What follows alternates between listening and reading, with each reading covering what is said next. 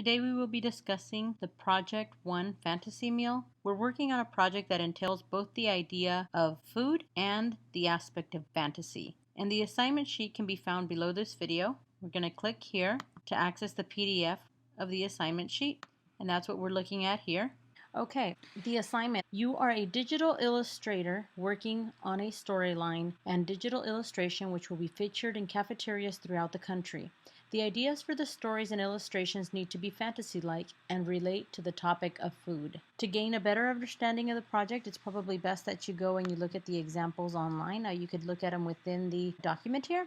And what you should get is this page here, which gives you previews of images that you can look at for this project. If you click on one of these, you will see Project 1, an example by a student, The Revenge of the Gummy Worms. This is by Kim Mashiyama. What you'll notice here is that you have the example of meal, in that these are gummy bears, and then you have this idea of fantasy where it's not really likely that a gummy bear will attack a kid, and usually it's the kid attacking the gummy bears, but it's a kind of a role reversal that they're playing here. And we'll go ahead and discuss the different ways that you can achieve fantasy in just a few moments, but I'm just going to click through some of these examples because I feel sometimes if I show the imagery, it helps us better understand all the language and all the talking that I'm going to do about the project. So we have the sample sushi fight. The two sushi rolls are fighting against one another, and you see that one of them has used the chopstick as a weapon, and as they poke through it, he bleeds soy sauce.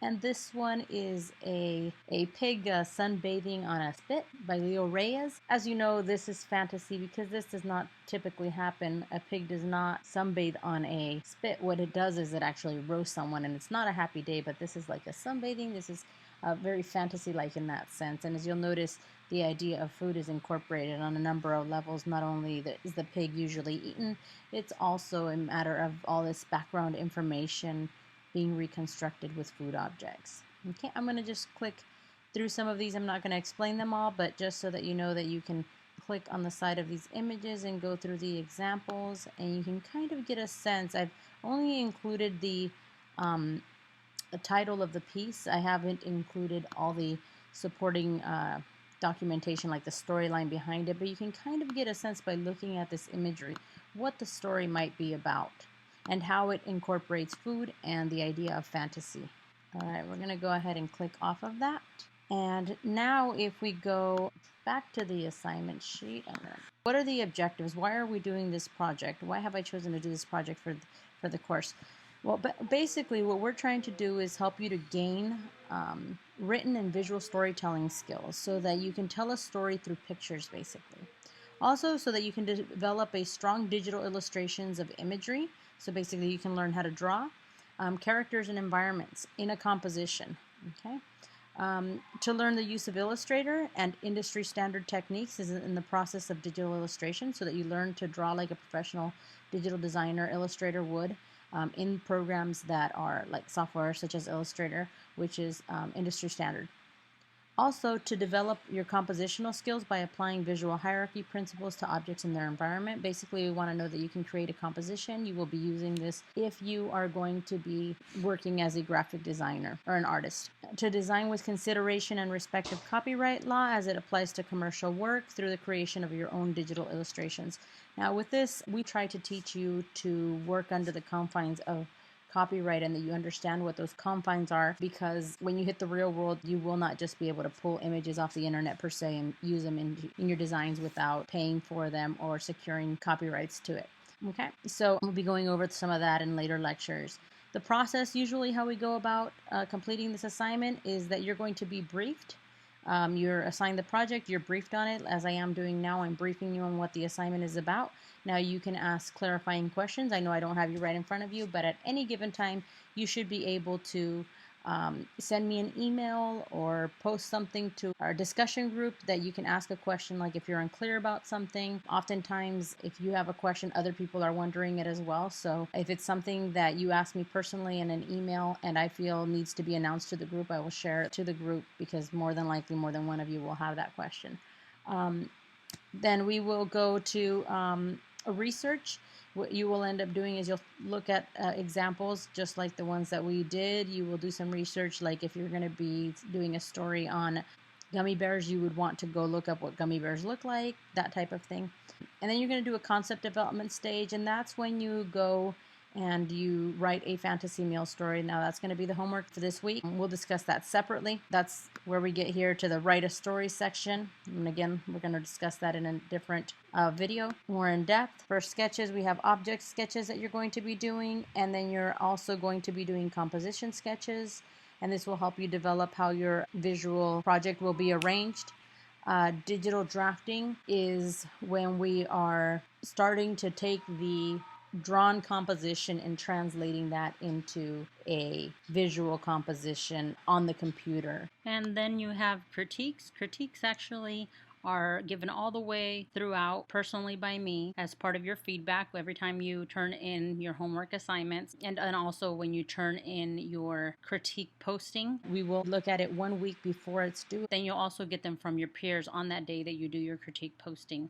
And then you will be given a week to take in all that feedback from critique and implement it to your project before turning it in, so that you know what you need to improve to make it better. And then you have digital refinement, and that's where you go and you refine it further, where you really clean up all the edges and make sure that everything's nice and neat. I mean, you start adding things like shadows and effects and textures.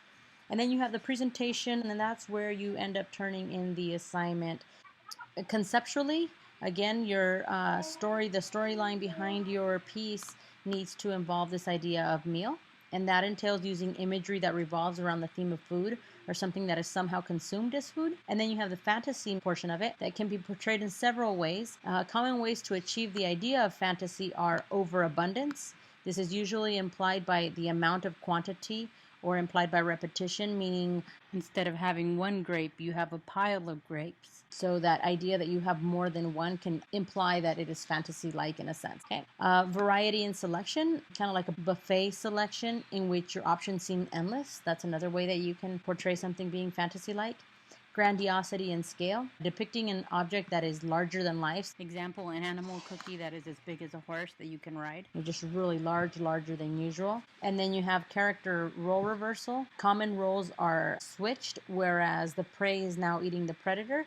Landscape reconstructed, the environment is recreating using other objects that take the place of the structural elements in the landscape. For example, the broccoli stalks takes the place of a tree, like in this example here with the trees being made out of broccoli. There are also compositional considerations. Your design should display the following: bleeding, hierarchy, perspective, color, unity, emphasis, balance. And there will be a separate lecture on these topics when it's time for you to implement them into your work. Technical specifications. There is a project template that you'll be able to click on and download, and when you download it, you will be able to open it in Illustrator, okay, and you should be able to access it from within this document. We'll be doing that at a later time. You should also be able to access it within the website when it is assigned. When it's assigned that you start working on this project, you'll have access to that link so that you can click it again, so you don't have to open up your assignment. Okay, to execute this in Illustrator, you can do it either as a portrait or you can do it in landscape, where the orientation of the page is on its side. It needs to be 8 by 10 inches. It needs to be done in CMYK 8-bit. And you need to have your own original illustrations. You can't download images from Google and just start using those. Also, the drawings must be made of closed paths with no outlines left around the drawings once you've colored them in and completed them. In other words, you cannot rely on the outline to ultimately define volume and the form of the object once it's colored in. That should be done with color and shading and highlights and other methods of making the object be more defined without leaving an outline around it. And we'll go over this more through the lectures.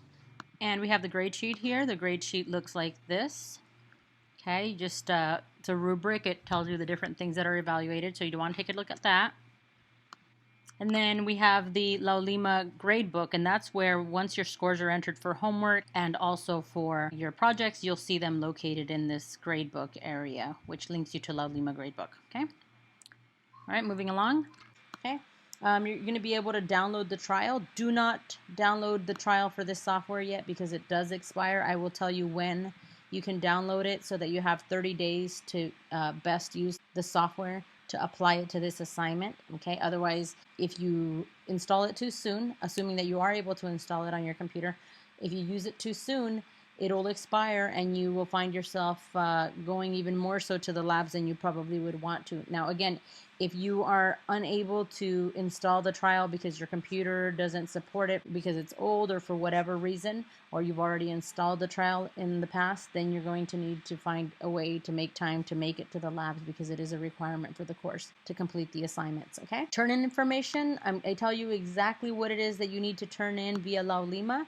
I also tell you what other supporting documents such as the design brief and self-evaluation. I also tell you how exactly you need to name it and how you need to turn them in, okay? I will remind you of all of this when the assignment is due again, but if not, you always know your assignment sheet basically contains a summary of all the information that you need to know for this project, okay? The scheduled lessons such as Illustrator video tutorials, all the resource materials, and the due dates of the homework and the projects can be found under the schedule in the course website at www.iledgarcia.com/112/# schedule. In a separate video tutorial, I will be covering what is due for homework, and that is creating the story. This concludes your lesson on About Project 1. If you have any questions, please be sure to contact me.